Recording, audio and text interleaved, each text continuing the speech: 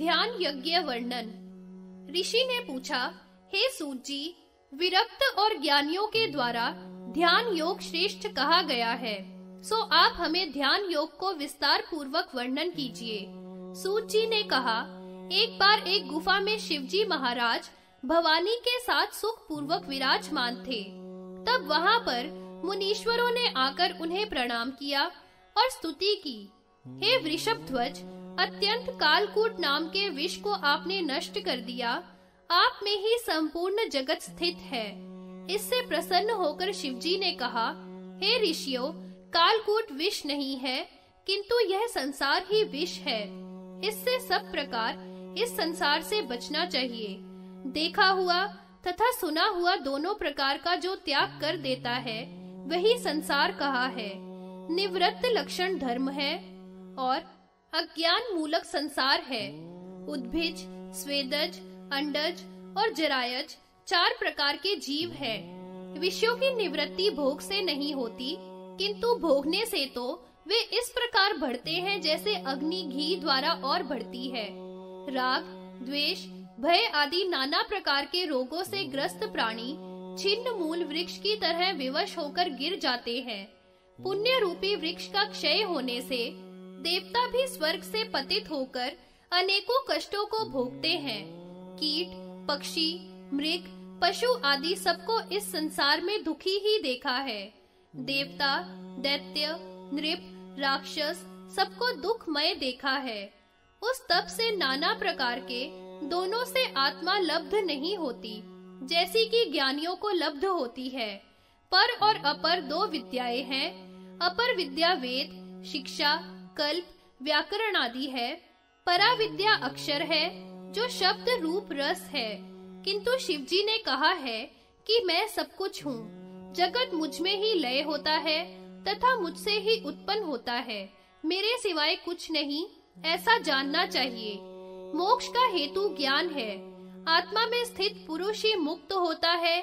अज्ञान होने से क्रोध, लोभ, दंभ, मोह की उत्पत्ति है। गुरु के संपर्क से उत्पन्न ज्ञान रूपी अग्नि उन्हें इस प्रकार जला देती है जैसे सूखे ईंधन को आंच जला देती है। जिस शिव की आज्ञा से भीत हुआ सूर्य उदय होता है, वायु बढ़ती है, चंद्रमा चमकता है, वहिन जलती है, भूमि धारण करती है, आकाश अवकाश देता है। सो हे विप्रो, उसी शिव का चिंतन करो। संसार रूपी विष से तप्त मनुष्यों को ज्ञान और ध्यान के बिना कोई उपाय नहीं है। जो सब द्वंद्वों को सहने वाला, सरल स्वभाव, अमानी, बुद्धिमानी, शांत, ईर्ष्या रहित, सब प्राणियों में समान भाव वाला, तीनों ऋणों से रहित, पूर्व जन्म में पुण्य करने वाला, श्रद्धा से गुरु आदि की सेवा करने वाला, स्वर्ग लोक में प्राप्त होकर वहां के भोगों को भोगकर वह मनुष्य भारतवर्ष में जन्म लेकर ब्रह्म को जानने वाला बनता है। हे ब्राह्मणों, मल युक्त मनुष्यों को ज्ञान प्राप्ति का वही क्रम है। इसलिए इसी मार्ग से दृढ़व्रत होकर सबका त्याग करके संसार रूपी कालकूट से मुक्त होता है। इस प्रकार संक्षेप में मैंने ज्ञान योग महात्म्य और पाशुपत योग को कहा। हे विप्र, यह शिव के द्वारा कहा ज्ञान हर किसी को नहीं देना चाहिए। यह योगियों को देने योग्य है। जो इस प्रसंग को पढ़ेगा या सुनेगा, वह संसार से मुक्त होगा और ब्रह्म सायुज्य को प्राप्त होगा, इसमें संशय नहीं। शिव शक्ति तत्व निरूपण में मुनि मोह नाश का वर्णन। सूत जी बोले, पूर्व कहे हुए इस ध्यान यज्ञ या पाशुपत योग को सुनकर शिवजी को मुनीश्वर सनत कुमार आदि प्रणाम करके पुनः महेश्वर से बोले, हे प्रभो, आप हिमवान की पुत्री पार्वती जी के साथ जो क्रीड़ा करते हो, उसका रहस्य भी हमें कहने की कृपा करिए। ऐसा सुनकर नील लोहित पिनाकी अंबिका की ओर देखकर और प्रणाम करके ब्राह्मणों से बोले, स्वेच्छा से शरीर धारण करने वाले मुझको बंधन, मोक्ष कुछ नहीं है। यह यज्ञ जीव माया और कर्मों के बंधन से युक्त होकर भोगता है। आत्म रूप मुझे ज्ञान, ध्यान, बंध, मोक्ष कुछ भी नहीं है।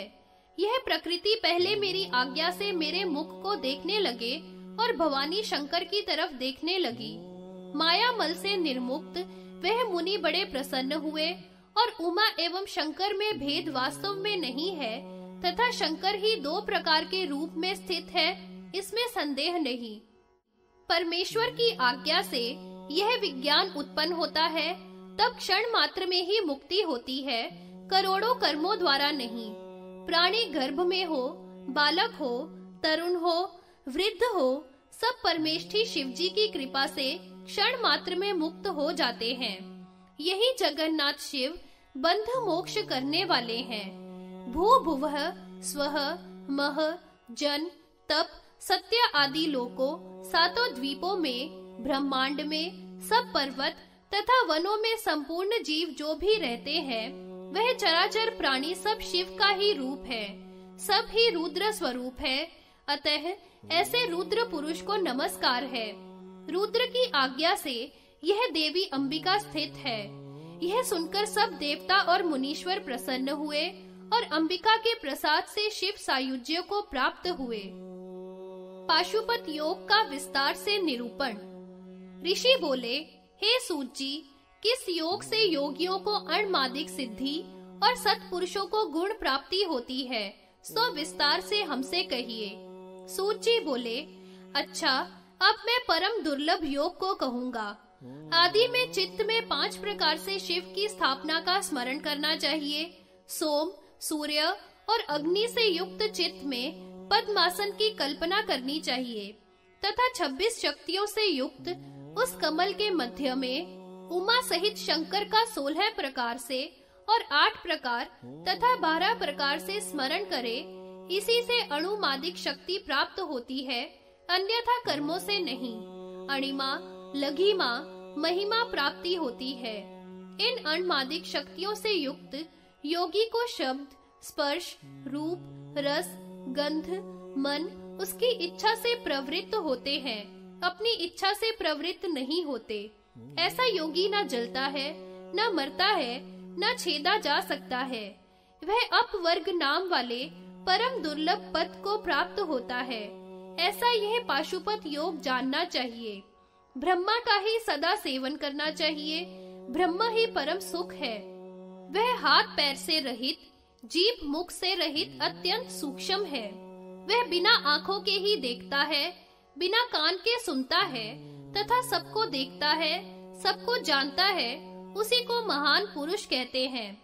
जैसे पवन सब जगह विचरण करता है, वैसे ही सब पुरी में रहने से पुरुष कहलाता है। वही अपने धर्म को त्याग कर माया के वशीभूत हो शुक्र शोणित होकर गर्भ में वास करता है और 9वें महीने में उत्पन्न होकर पाप कर्म रत होकर नरक के भोगों को भोगता है। इसी प्रकार जीव अपने कर्मों के फल से नाना प्रकार के भोगों को भोगते हैं। अकेला ही अपने कर्मों को भोगता है और अकेला ही सबको छोड़कर जाता है। इसलिए सदैव सुकृत ही करने चाहिए। जीव के जाने पर उसके पीछे कोई नहीं चलता, बस उसका किया हुआ कर्म ही उसके पीछे चलता है। तामस रूपी घोर संसार 6 प्रकार का उसको प्राप्त होता है। मनुष्य के पशु बने को प्राप्त होता है, पशु से मृगत्व को, मृगत्व से पक्षी भाव को, पक्षी भाव से सर्प आदि योनि को पाता है, सर्प आदि से स्थावर आदि की योनि को पाता है। इस प्रकार यह जीव मनुष्य से लेकर वृक्षों तक की अनेक योनियों में घूमता रहता है। जैसे कुम्हार का चाकू घूमता है, वैसे ही घूमता है। इसलिए संसार के भय से पीड़ित होकर धर्म की आराधना करनी चाहिए, जिससे वह संसार को तर सकता है। अतः देवेश तीनों लोकों के नायक रुद्र का ध्यान करके हृदयस्थ वैश्वनार में पंचहुति करनी चाहिए। पंचाहुति के मंत्र निम्न प्रकार है: प्राणाय स्वाहा, अपानाय स्वाहा, व्यानाय स्वाहा, उदानाय स्वाहा तथा समानाय स्वाहा के द्वारा 5 आहुति करके पुनः जलपान और भोजन करना चाहिए। इसके बाद प्रार्थना करें कि सब जगत के स्वामी, हे प्रभु, आप प्रसन्न होइए। देवताओं में श्रेष्ठ आप ही हैं। हमारा हवन किया हुआ यह अन्न आपका ही स्वरूप है। इस प्रकार रुद्र की प्रार्थना करें। यह योगाचर ब्रह्मा ने कहा है। इसे पाशुपत व्रत जानना चाहिए। इसे पढ़े व सुनावे तो परम गति को प्राप्त होता है।